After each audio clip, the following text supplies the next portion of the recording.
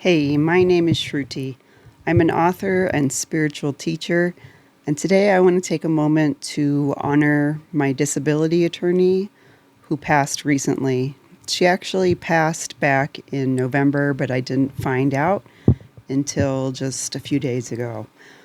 Her name was Roseanne, and she was a beautiful, compassionate person, the only disability lawyer who would take my case, and the only one who believed that I could actually win the case. And this was back when I looked like this after I had an allergic reaction to an ear piercing in my right ear that caused an infection and then a rare inflammatory illness called erythromelalgia that doctors didn't know what it was for a long time. And basically, besides the extremely puffy face, it was a very painful sensation that felt like my face was always burning. Kind of like if you had a frying pan stuck to your face all the time. You can see how red and hot it would get and just stay that way constantly. And if it wasn't staying that way, it was triggered by things like sunlight, indoor lighting, any kind of heat, anything above 68 degrees, even what wouldn't feel hot for a healthy person. Touch, vibration, laying down. It's a blood flow issue as well as a nerve problem and an inflammatory problem. So, in the beginning, before I was given appropriate medication, the only solution was it wasn't really a solution, but the only form of pain relief was to hold ice packs to my face constantly. And of course, they would melt, so I'd have to carry a cooler that I would wear that would have extra ice in it for when the ice on my face melted and I would swap it out. So I would kind of have a time limit for how long I could go anywhere. But really, the only places I went were just continuous doctor's appointments. So anyway, before this, and before I realized that I was having all these allergic reactions that were sparking these chronic conditions, I already had a chronic condition called interstitial cystitis that affects the bladder. It feels like a continuous UTI. And it's, again, very similar to the dysfunction on my face in that it's a nerve problem, it's an inflammatory problem, and it started in the same way. I was given a medication, an antibiotic called Bactrim. Bactrim is a class of medication called a sulfa medication, which people are commonly allergic to. And I didn't know at the time that my mom is allergic to sulfa medications. It's usually genetic, and so am I. And within a few hours of taking Bactrim, I had this sensation of a UTI that went on and continues to go on for more than a decade. And so that was left, it was extremely severe. It was left untreated. And that particular chronic condition didn't affect my ear and face. So I didn't really look any different. I looked like a young person and I looked healthy. So I was also a young woman, and in society, because of how young women look and the perception of young women being weak, I wasn't taken seriously by doctors.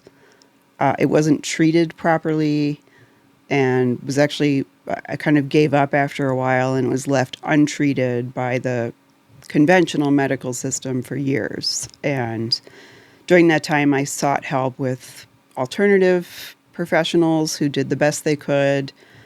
I now eat a gluten-free diet, very low, at the time, no sugar in my diet.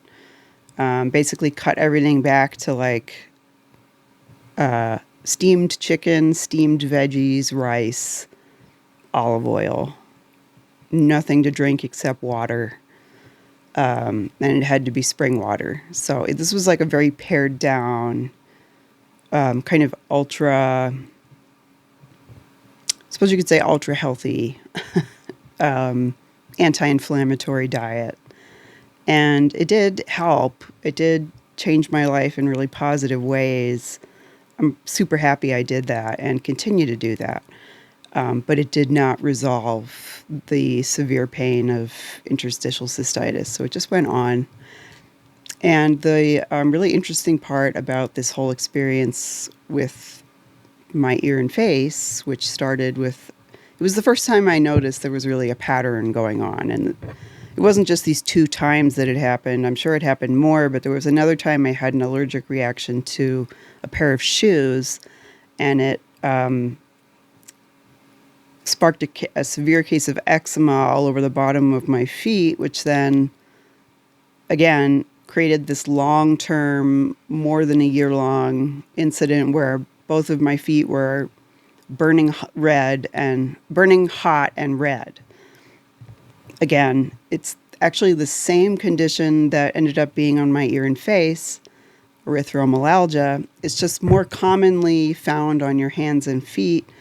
And that incident ended up being one factor in being diagnosed, because actually very rarely erythromelalgia can be found on your ear and face.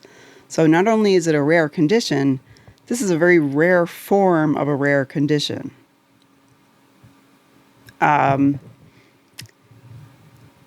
But so the point of that is, because I'm not going to go into today to all the ways that I was mistreated by the medical system when I had interstitial cystitis, and the sexist nature of that and the feminist implications of that.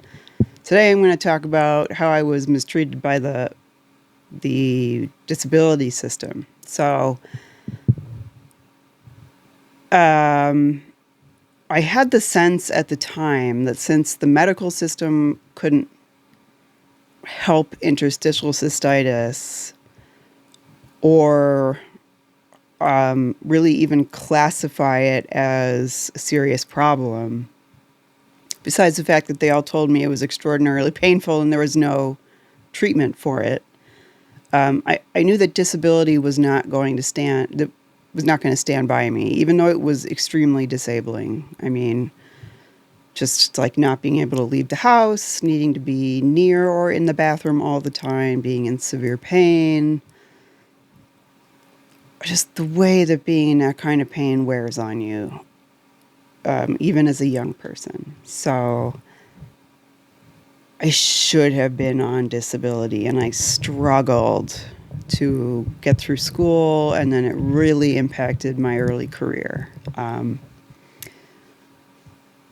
Again, I'm not sure that's necessarily what I want to talk about today, because I do want to talk more about what happened with my ear and face, what happened with Roseanne Murray, and how that then reflected back on why I wasn't being helped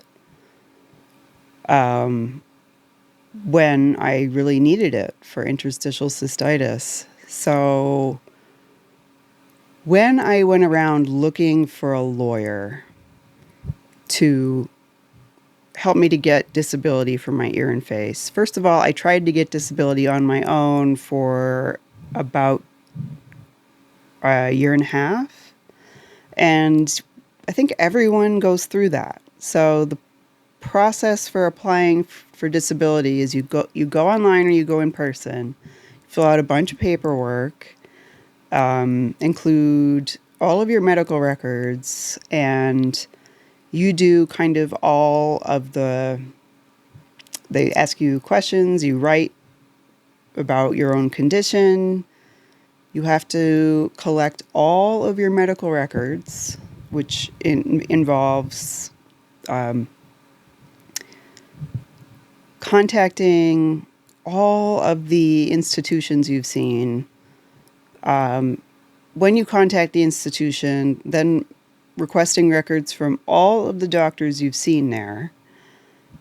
And either, I do believe you, I don't remember if you have to collect them and then send them in, or if you have the option of just having them sent in, but I collected all of them, photocopied all of them. I mean, you get like packets in the mail, and it has like all the doctor's notes, all the tests you actually have to request separately. So there's like your doctor records, and then there's like x-rays, MRIs, blood work. Any test has to be requested separately. And I collected all of these, photocopied them, and sent them in. It took a very long time, an enormous amount of work, an enormous amount of calling places, waiting on hold, filling out paperwork, getting things in the mail, photocopying an enormous number of pages, collecting everything, mailing it to disability, and waiting. And then they make decisions, and then they deny you. And I don't know if there are many, I think I read a percentage of like, I don't remember the exact percentage, but it was like 10% or lower who get approved on the first pass. So you just basically don't get approved. So you're doing all this to get rejected. After you're rejected, they ask you, do you want to appeal? And you say yes. And then you go through round 2. And round 2 is kind of the same thing. And you just kind of do like a re-argument of like why you feel like this decision wasn't an appropriate one. And by that time, since it took so long for them to give you your denial, months and months and months, you've seen more doctors. So they request all the new records and the new tests and the new stuff. So you basically do it again. Maybe slightly less work the second time, but like only slightly. And then you get denied again. And then they ask you, do you want to appeal? And you say yes. And I believe you go into round 3. And round 3 is the same as round 1 and 2, where you collect things, send them in, why this wasn't an appropriate decision. You wait months and months and months. And then at that point, the only option is to request a hearing. And a hearing is in court, and it's disability court. And disability court is, you do have the option of going in on your own and representing yourself.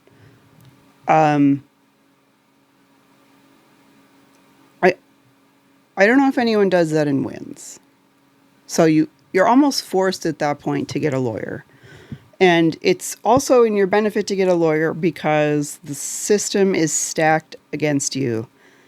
Disability court, as my lovely lawyer Roseanne told us, is the judge is appointed by the government. The decision is made by the government, who is sort of paying these people to deny you. If they approve you, they have to pay you a lot of money. And they don't want to do that for everyone. So they are looking for any possibility, any possible reason to deny you at all. And they do this by hearing your case and then finding any hole. And they do this at the end by, they have a professional specialist who listens to the whole thing and then goes through an antiquated book with codes of careers and jobs in the world that you could possibly have given your disability that would disqualify you from being approved, because technically you could find some work somewhere.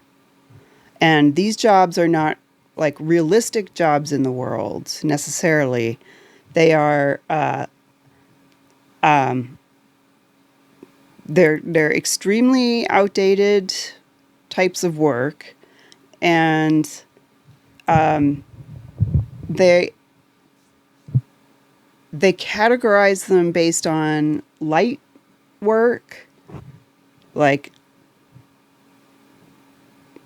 medium and like hard.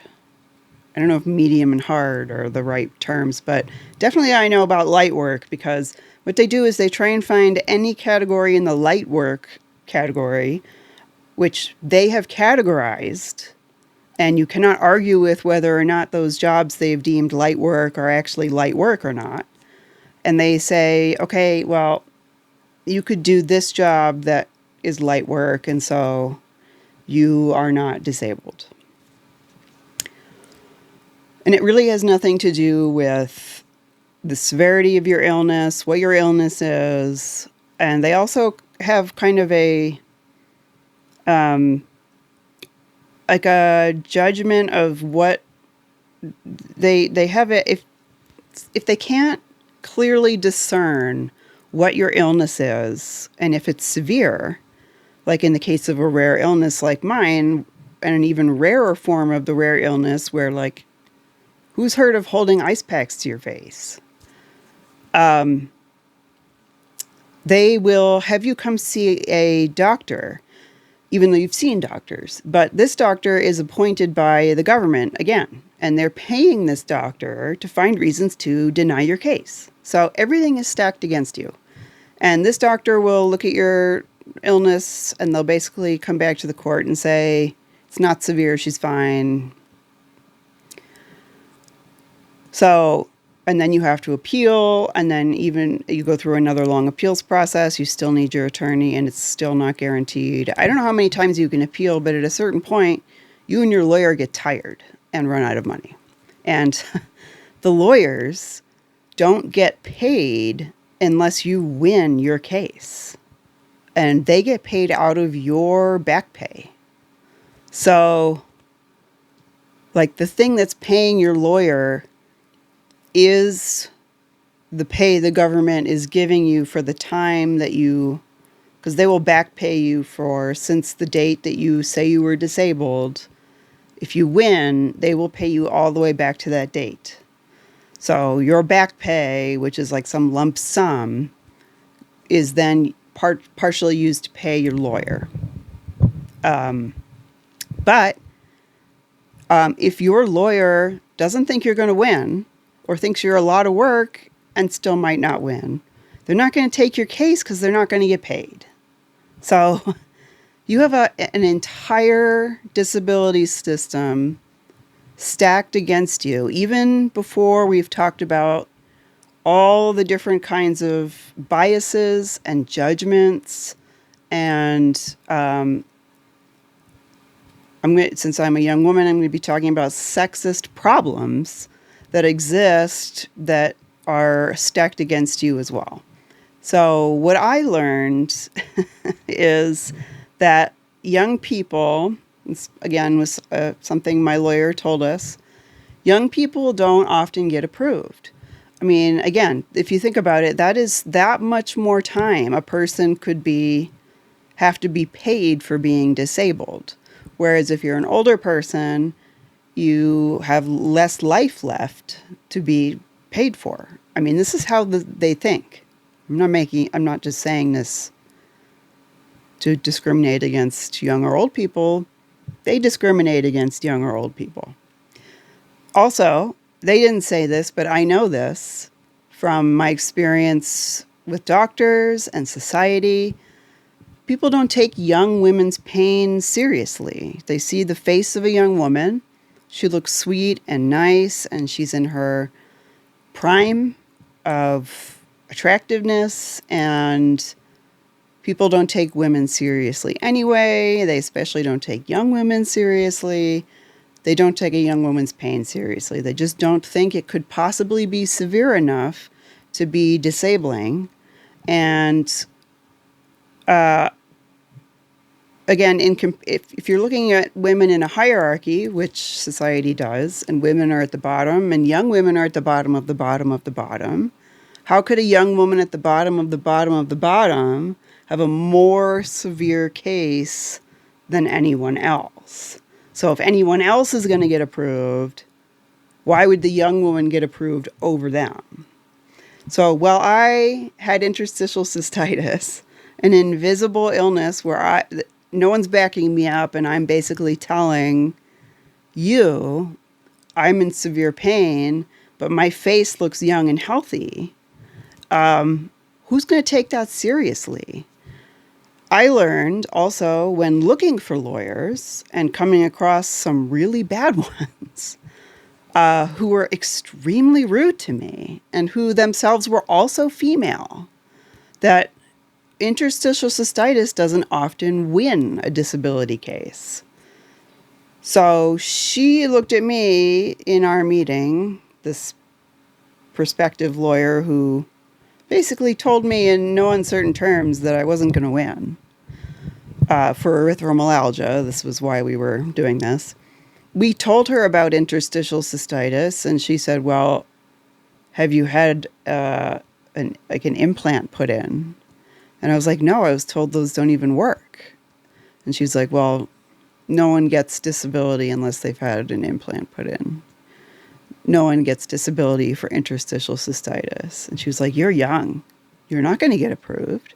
And she didn't say it, but she was like, you're a young woman, so you're doubly not going to get approved.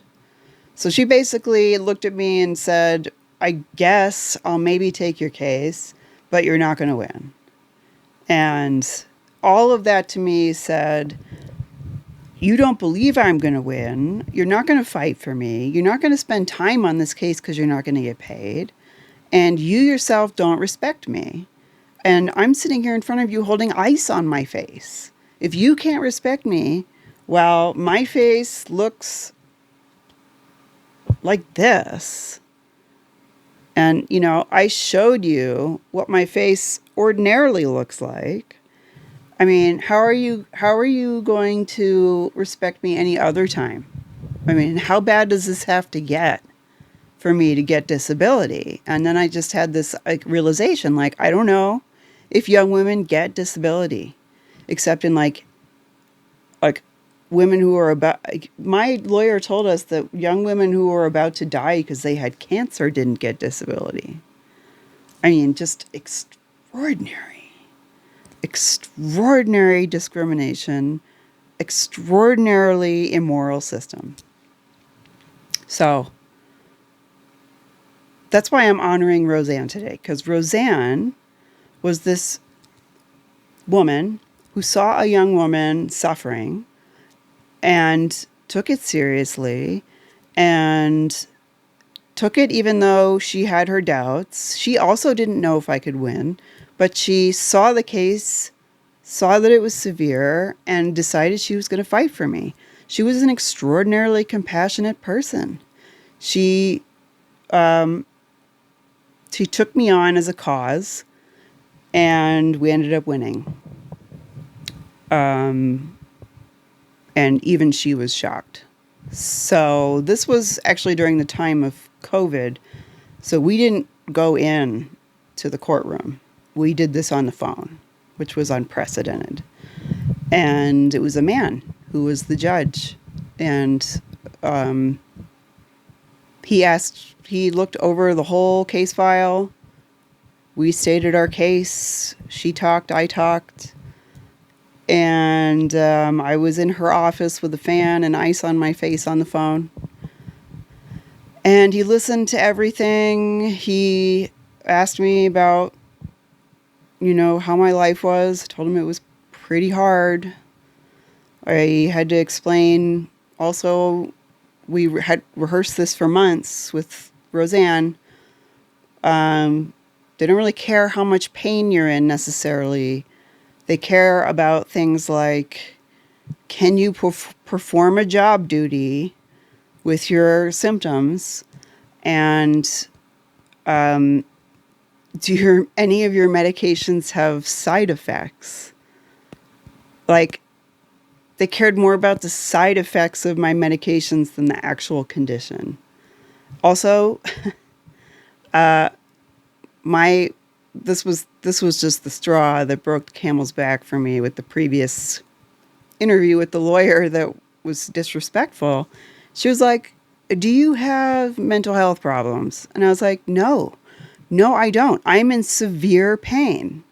And she was like, "Yeah, it'd be easier for me to get you disability if you saw psychiatrists and they wrote you notes saying you had mental health problems." And I was like, if I have mental health problems, it's the mental health problem of being in horrible pain every day.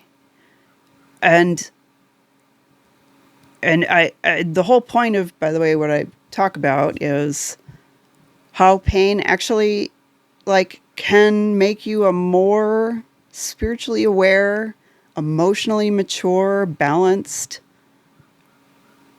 compassionate person than if you hadn't. So it was extremely important to me that what was happening to me was not like I was in bed for a week, not because I was in pain, although I was, but because I was emotionally distraught after seeing that lawyer who tried to tell me that my emotional health problems that I didn't have were more severe than my physical pain, or that she was implying that my physical pain was an emotional health problem. It was just all levels of immoral and all levels of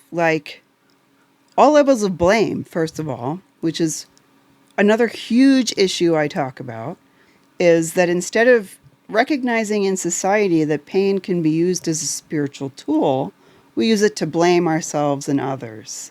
And when we blame others, we dehumanize them, make them into objects, and this is the cause of all sex violence against women, the oppression of women, and the discrimination against women. So basically, this woman blamed me for my health problems. The same way that the courts were trying to do it, the same way that society had done it. And it was just like, no.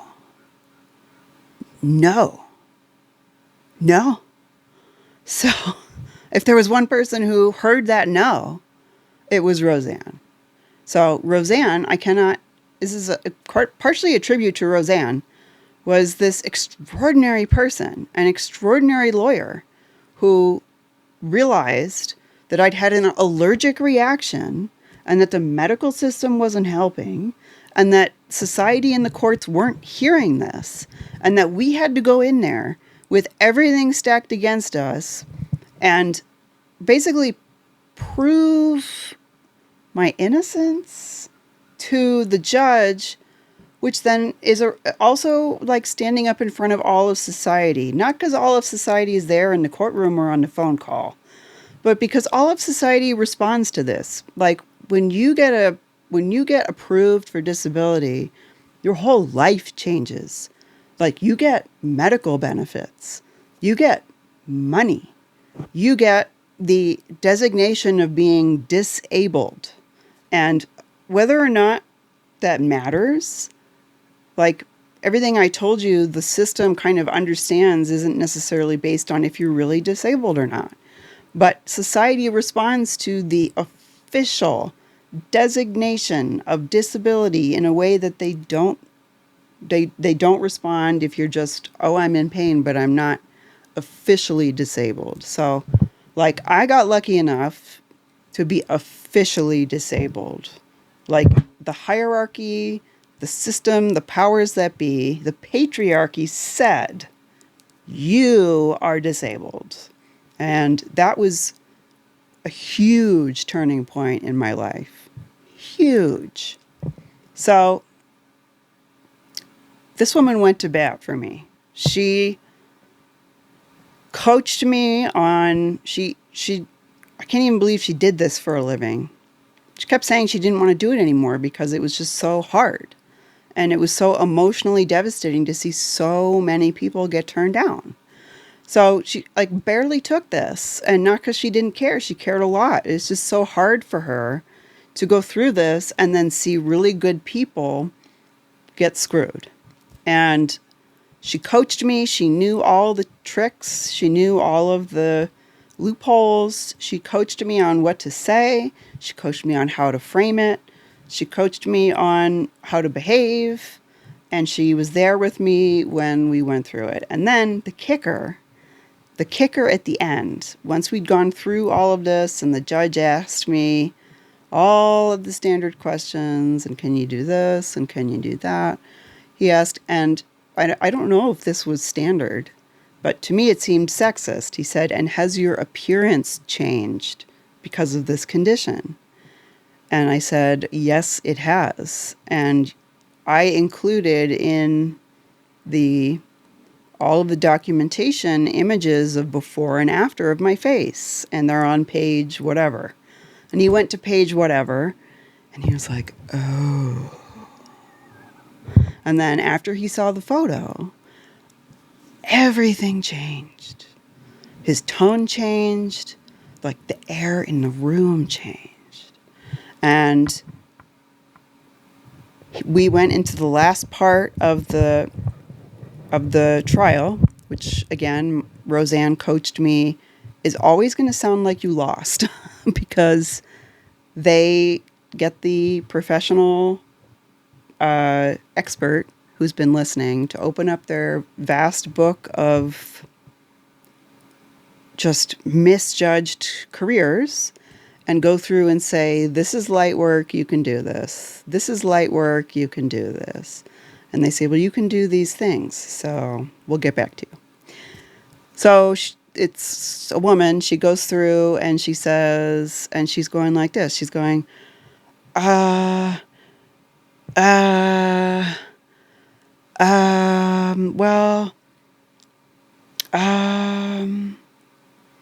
maybe that, no.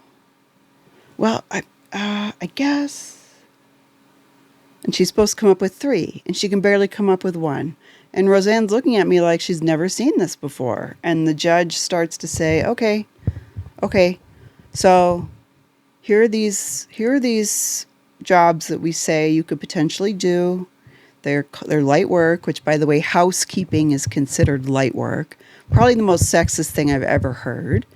Since when is cleaning your house considered light work? That's like one of the hardest things. That's one of the things I can't do, along with cooking, because it heats my face. You have to bend down. You have to lift things up. You have to vacuum. I mean, since women are usually housekeepers, the system assumed it was light work. Don't get me going on that one. So the best she could come up with was a dot tagger. It's a very strange term. I don't know if I said it right, but basically when you put tags on clothing was the one she came up with. And so the judge says, okay, here's all the hypotheticals. So these are hypothetical jobs you could have. But based on everything you just told me, and based on this photograph, like, you can't take a bus to work. You don't have control over the thermostat in a large company. You can't answer the phone. And he just starts going through all these things, these basic things that he realized that I couldn't do. And Roseanne's looking at me again like she's never seen this. And he goes, I honestly can't think of things that you can do. And so we close the case. He thanks us. And we get off the phone. She looks at me like, that went so well. And like a couple weeks later, she calls and she says, oh my God, you won. And she said, you know what? I've rarely seen, like, we made that judge hear you. Like, he heard you. Like, he didn't just listen and give you a ruling. Like, that man heard. He heard what you were going through. He saw you. And that was a huge, huge breakthrough, not just for someone with a chronic illness that's rare, but for someone who's young and for someone who's female. To have a male judge hear you in the middle of a case and to have a professional expert not be able to condemn you to light work. So thank you, Roseanne.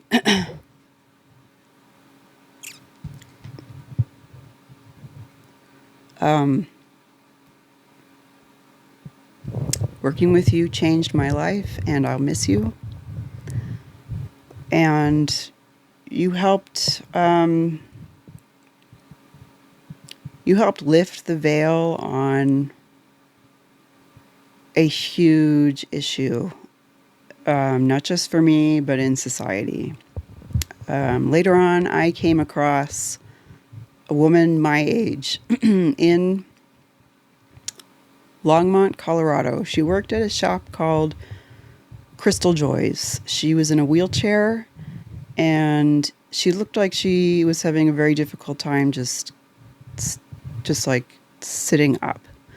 And her job was to do some kind of jewelry work. Crystal Joys claimed to be some kind of spiritual, high vibrational crystal jewelry shop. And we went in there because that's part of what I'm interested in. And in this shop was this young woman who, I don't know if she got disability, honestly. And if she did, she was obviously working at the same time that she was supposed to be at home, disabled. And she was having just the worst time. And there was a woman at the counter who wasn't disabled, and she was nasty. And she was yelling at the workers, and she's like, where is my jewelry? I need my jewelry fixed. And her name was CHRISTina. Her name was CHRISTina. And she was the one supposed to be fixing the jewelry, and she could barely, like, do it. Like, she was struggling. And the workers were like, Christina, are you done yet? And I just watched this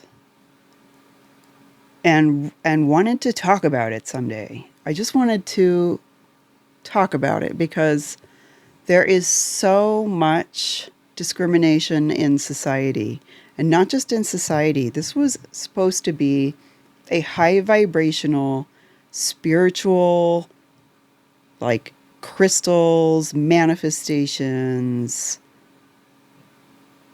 type of shop.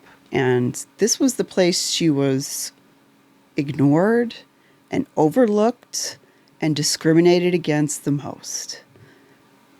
It's my understanding that in a true spiritual awakening, you see other people as who they really are, which is an expression also of your own deepest self. The self underneath your ego, underneath your projections, your judgments, your mind, your body, your feelings, underneath all of that. Underneath even consciousness itself is you, the silent seer who knows whether you're conscious or unconscious, awake or not awake, who sees even the end of eyesight itself. And that purest part of yourself lives in all the other people you meet. And here's this spiritual shop. It's supposed to be the heights of spiritual understanding, treating a young woman like she's trash, and she's disabled, and she's having a hard time, and she's the one who needs to be seen the most. And she's the one who's in the most pain. And she's the one who needs the most compassion. And that is the state of our actual spiritual communities, the actual state. That is the result of always believing in false positivity, in always focusing more on your own manifestation than on the suffering of others, and trying to alleviate the suffering of others. I'm not trying to guilt people. I'm trying to show you what a society that rejects pain does to others, especially to young women who they judge and view on the surface from the exterior rather than the interior as being less worthy, lower on the totem pole of hierarchy than themselves. And that kind of is the whole point of what I'm saying today. About pain, about a sexist society, about how blaming each other in pain rather than using pain as an eraser to erase all those layers I just talked about and find out who you truly are underneath. This is the outcome. CHRISTina is the outcome. I am the rare case that battled my way through it and was graced with the help of Roseanne, who was an angel in her short time on earth and who deserves to be honored and seen for what she did in society. And we all need to see and understand this problem. I hope that you were able to hear me the way the judge did today, and I'll see you in the next one.